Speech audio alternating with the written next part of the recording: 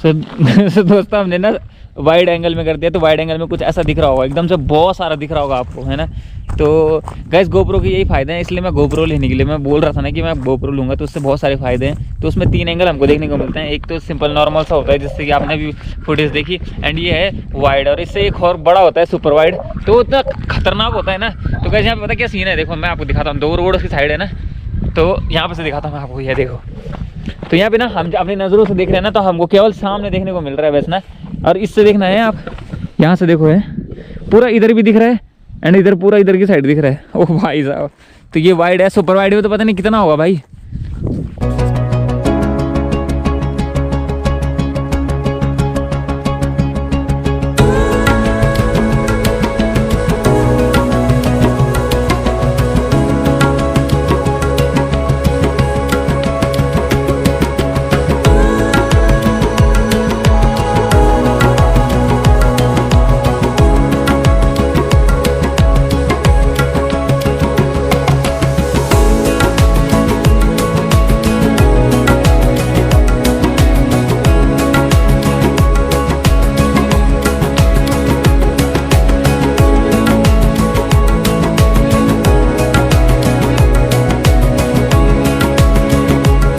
तो दोस्तों अभी आपको जो सामने रोड देखने को मिल रही है ना, वो ये वाली रोड है देखो। एंड यहाँ से क्या है कि खंडा के लिए जाते हैं, खंडा से सीधे पौड़ी, जो कि आपको सामने देखने को मिल रहा है ना, पौड़ी उस साइड के लिए।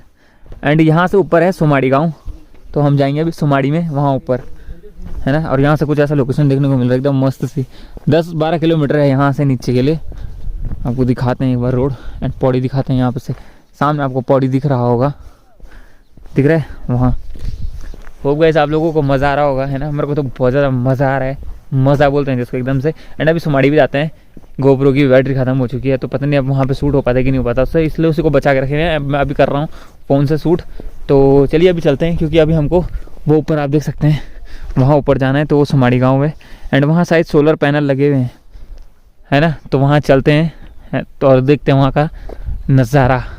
वैसे तो सुमाड़ी गाँव में ना बहुत सारी चीज़ें हैं जो हम आपको बहुत सारी चीज़ें हैं ऐसी जो आपको बताएंगे हम, बट अभी देखते हैं कि कितना बता पाते हैं उनकी, क्योंकि वहाँ बहुत सारी कहानियाँ हैं, मंदिर भी है वहाँ, बहुत सारी चीज़ें हैं वहाँ। तो चलिए चलते हैं, मिलते हैं आपको वहाँ ऊपर। और ये क्या है, इंटर कॉलेज है, सुमाड़ी इंटर कॉलेज गाइस, यहाँ पे से दिखाते हैं आपको, हमें राजकीय इंटर कॉलेज सुमाड़ी है, यहाँ पे देख सकते हैं, ये है यहाँ का इंटर कॉलेज। तो आपको इंटर कॉलेज का गेट भी दिखाते हैं, फटाफट से जाते हैं। मेरे ना आज पैर पता नहीं क्या हुआ, दिन में जब मैं मार्केट जा रहा था ना, तो मैंने गाड़ी एकदम से ऐसे मोड़ी, पैर में पता नहीं क्या झसाक सी पड़ गई, तो बहुत भयंकर दर्द हो रहा है इस, तो भगवान करे ठीक हो जाए वो। एंड ये रहा देखो यहाँ का इंटर कॉलेज, है ना। और खंडा वाली रोड आपको देखने को मिल रही है, और वो ऐसा खंडा नीचे। भाई साहब थक लग गई। एंड अगर धूप ज़रा सही होती है ना, तो आपको पौड़ी एकदम क्लियर देखने को मिलता। बाकी वो सामने देख सकते हैं आप, वो है पौड़ी। तो चलो गाइस, सूरज डूबने से पहले हमको सुमाड़ी भी जाना है, और सुमाड़ी में भी 2-4 चीज़ें जितनी हम बता सकते हैं अभी, क्योंकि सुमाड़ी अपने आप में बहुत बड़ा है, बहुत बड़ी, और बहुत सारी बातें हैं वहाँ के लिए, बहुत सारी चीज़ें हैं वहाँ, बहुत सारी चीज़ें ऐसी हैं जो आपको वहाँ के बारे में जाननी चाहिए। तो किसी दिन हम इसको एकदम तबीयत से बनाएंगे वहाँ का ब्लॉग। बाकी अभी चलते हैं, एंड जितना भी हम कवर कर सकते हैं वो हम कवर करते हैं, ठीक है। चलो, अब खंडा वाले रास्ते से आओगे ना, तो यहाँ पे से ये 2 रोडें कटती हैं। तो ये जो पहले ऊपर वाली रूट है ना, तो ये आपके सुमाड़ी गांव के लिए जाती है, एंड जो नीचे वाली है वो श्रीनगर के लिए जाती है, खंडा वाली से, है ना। तो चलिए चलते हैं, मिलते हैं हम आपको।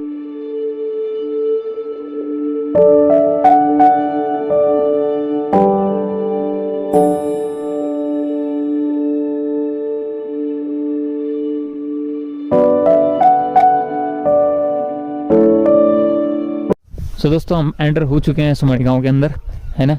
तो अभी हम जाएंगे सीधे, यहाँ मंदिर है ना जो, उस मंदिर में जाएंगे। दोस्तों यहाँ है गौरा देवी का मंदिर है, तो अभी हम वहीं जाने वाले हैं, है ना। गांव में पहुंचते ही सबसे पहले हमने गांव के एक बुजुर्ग इंसान को ढूंढा, जो कि हमें गांव के पीछे की कहानी बता सके। यूं तो आपने बहुत सी कहानियां सुनी होंगी, लेकिन आज हम जिस बच्चे की कहानी आपको सुनाने जा रहे हैं, या जिस जगह पे आज हम आए हैं, आप सुन के हैरान हो जाओगे। इस बच्चे की उम्र केवल 14 साल थी, और इसने ऐसा क्या कारनामा करके दिखाया, वो आज आप इस वीडियो में देखने वाले हो।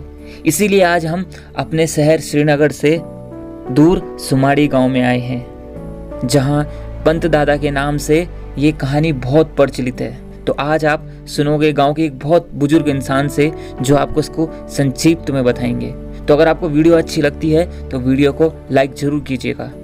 तो सुनिए दादाजी की आवाज में। तो सबसे पहले तो मैं ये बताऊंगा, ये जो हमारा सुमाड़ी गांव है ये गौलक्ष पर्वत पे बसा हुआ है और ये हिमालय के ईशान कोण में है। इसमें स्कंद पुराण में इसका वर्णन लिखा हुआ है व्यास जी ने कि यहाँ पर जो था पूरे घास वगैरह झाड़ी झूड़ी होती थी। तो 8वीं शताब्दी में यहाँ पर शंकराचार्य जी ने ये मंदिर समूह का निर्माण किया था। जब यहाँ पर गढ़वाल नरेश वो धारा नगरी से आया था, कनक राव जात का था वो। तो कनक राव जब यहाँ आया तो वो अपनी इष्ट देवी को लाया था यहाँ, इसकी आराधना करता था वो। तो गुजरात से लाया था उस मूर्ति को। तो जहाँ से वो मंदिर से जिस मूर्ति को लाया था वहाँ अभी तक जो है ज्योत की पूजा होती है। और उस मूर्ति को लेके वो जब हरिद्वार आया था उसको नहलाने के लिए, तो रात को बद्रीनाथ जी उसके स्वप्न में गए कनक राव के कि तुमको लेने के लिए बद्रीनाथ का जो गणपति है वो आएगा और तुम उसके साथ ससम्मान मेरे दर्शनों के लिए आओ यहाँ। और जब तुम वो मेरे दर्शन करा देगा तो इसकी दूसरी लड़की से तुमने शादी करनी है और घर जमाई बैठना है उसके यहाँ चांदपुर गढ़ी में। चांदपुर गढ़ी में जब वो घर जमाई बैठा तो बद्रीनाथ जी ने फिर उसको दर्शन दिए स्वप्न में। इसी से तेरा वंश चलेगा, पंवार वंश के नाम से। तो ये परमार थे, परमार बाद में अपभ्रंश हो गया, पंवार बन गए। तो परमार वंश में चांदपुर गढ़ी में चांद ने राजधानी बनाई। इसका 37वां शासक जो था अजय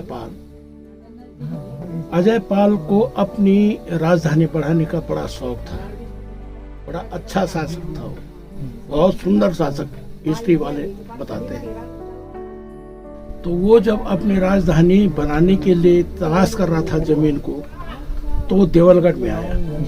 देवलगढ़ में उसको ये पता चला कि कांगड़ा का नरेश जो था देवल, वो यहाँ पर आके उसने तपस्या की और यहाँ पर एक कोठियालों की देवी की मंडली है।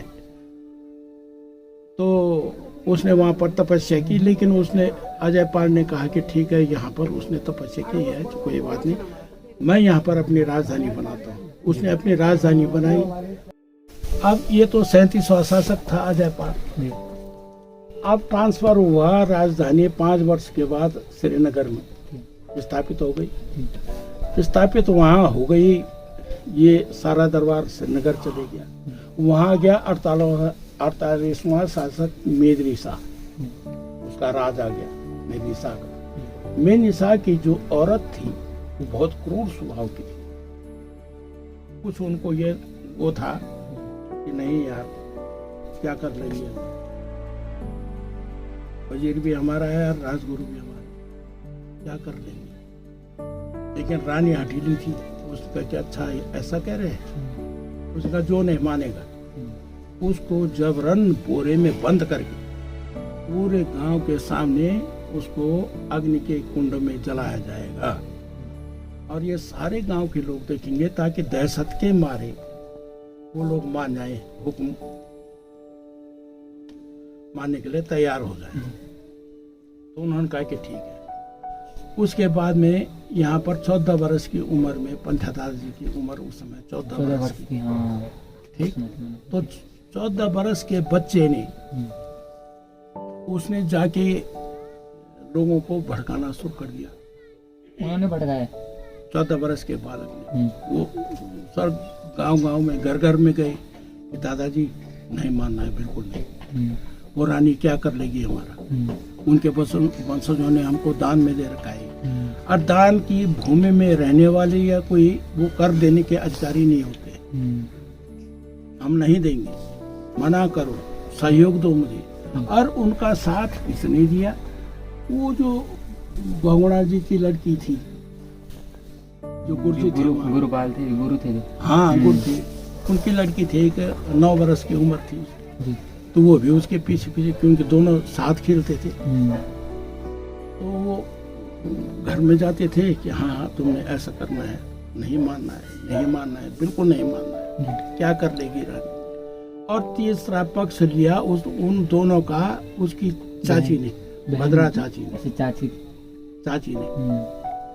अब जब यहाँ पर ये बन गया तो उन्होंने कहा कि यार जो घर में थे पंचादार जी के बड़े भाई, उन्होंने कहा कि यार ऐसा करो कि इसको थोड़ी दिन के लिए अपनी बहन के पास भेज दो, फरासू में।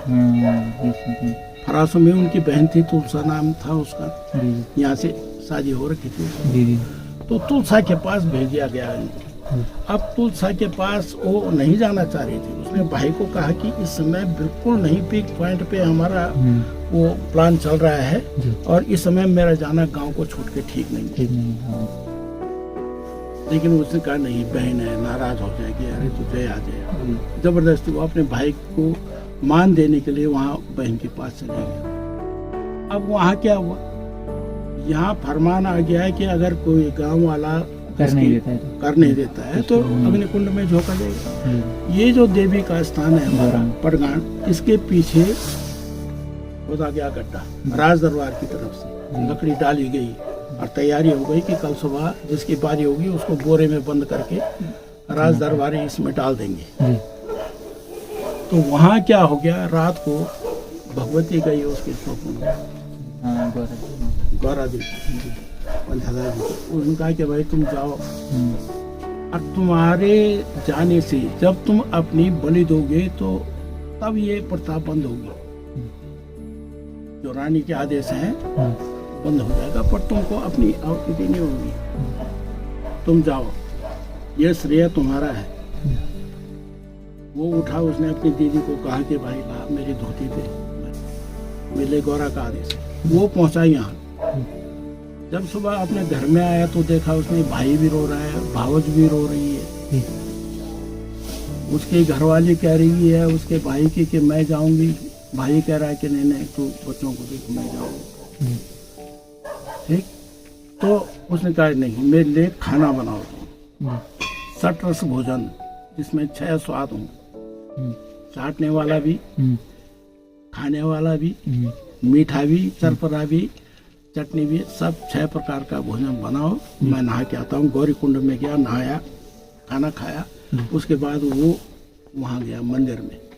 मंदिर में उसने परिक्रमा की, भगवती को प्रणाम किया, और उसके बाद वहाँ चले गया जहाँ अग्निकुंड तैयार था। तो कर्मचारियों ने थैले पकड़ रखे थे। उन्होंने कहा हाँ भाई किसकी बारी है? उसने कहा इसकी जरूरत नहीं पड़ेगी तुम्हें, अपने राजा को बोल देना कि तुमने निर्दोष जनता को तंग किया है, इसका फल तुमको अवश्य मिलेगा, ब्रह्म हत्या लगेगी तुम्हारे सारे कुल को। और उन्होंने जंप मार दिया, अग्नि में कूद गया। और उसके बाद वो अग्नि में कूदे। वहां से वो रात को क्या हुआ कि उसके स्वप्न में ना वो जो लड़की थी गुरु जी की बेटी, छोटी लड़की, वो राज दरबार वालों ने बुला दी थी कि अब उसकी माँ भी नहीं थी, पिताजी भी खत्म हो गए थे राजगुरु। तो उन्होंने कहा कि यार इसकी परवरिश राजमहल में करेंगे। तो उन्होंने बुला दिया उसको कि तू यहीं पर पढ़, जो कुछ भी है, और यहीं पर तेरी खिलाई पिलाई होती रहेगी। तो उसको रात में स्वप्न हुआ। अब रात को चिल्लाई हूँ कि मैंने स्वप्न में क्या देखा। इतने में गुरुजी आ गए। उसने कहा भाई क्या देखा बेटी? उसने कहा कि चाचा जी मैंने ऐसा देखा कि मेरे गांव के ऊपर चीलें हैं, मांस को लेके दौड़ रही हैं आसमान में, और जगह जगह लाशें पड़ी हुई हैं, और शियार कुत्ते उन लाशों को खा रहे हैं। तो मैंने ऐसा भयानक स्वप्न देखा। उसने कहा कि बिल्कुल सत्य है। रानी का फरमान चले गया वहाँ हो सकता है कि कल सुबह पंथा या गांव वालों को वो सजा देगी। तो उसने कहा मुझे इस समय अपने गांव में रहना चाहिए, दुख की घड़ी में परमिशन ले लो। तो उसने रानी से कहा, उसने कहा जाने दो उसको, उसकी भी मति खराब हो गई। वहां क्यों जा रही है जहाँ लोग मारे जा रहे हैं? उसने कहा नहीं, राज दरबारियों के साथ वो यहाँ आई।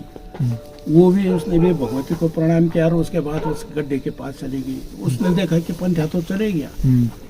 उसके बाद उसने उन राज दरबारियों से कहा कि जाके रानी को बता देना कि तुम्हारे वंश में एक आदमी को कोढ़ होगा, ये मेरा वचन है। और छलांग मार। अब उसने छलांग मारी। इधर जो उसकी चाची थी वो कहीं दूध दुह रही थी अपना गाय का। उसने सुना कि पंथा भी चले गया और कीर्ति भी चली गई। छलांग मार दी उन्होंने। वो उनको बहुत प्यार करती थी। माँ का प्यार दिया था उसने दोनों को।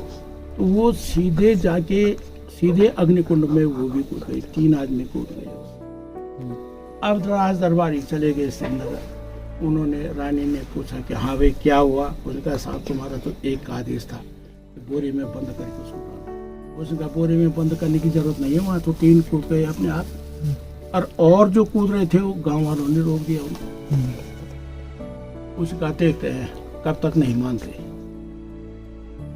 कल सुबह फिर जाओ और फिर भड़कट झोंको वहाँ और फिर बुलाओ उनको किसकी बारी है। पर रात को क्या हुआ, जैसे दरबारियों ने खाना दिया रानी को, वो ऐसे हाथ में पकड़े, उसमें खून और कीड़े खाने में। उसका ये क्या है, किसने बनाया ये खाना? उनको पनिशमेंट दे दिया उसने, खाना बनाने वालों को। उनका हमारा कोई कसूर नहीं, ठीक है, उनका जेल में बंद कर दो। उसने कारागार में बंद करवा दिया। दूसरे लोग खाना बनाने लग गए। वो दूसरे खाना बनाने के लिए ले गए तो उसमें भी खून और कीड़े। उसका यार क्या बात है।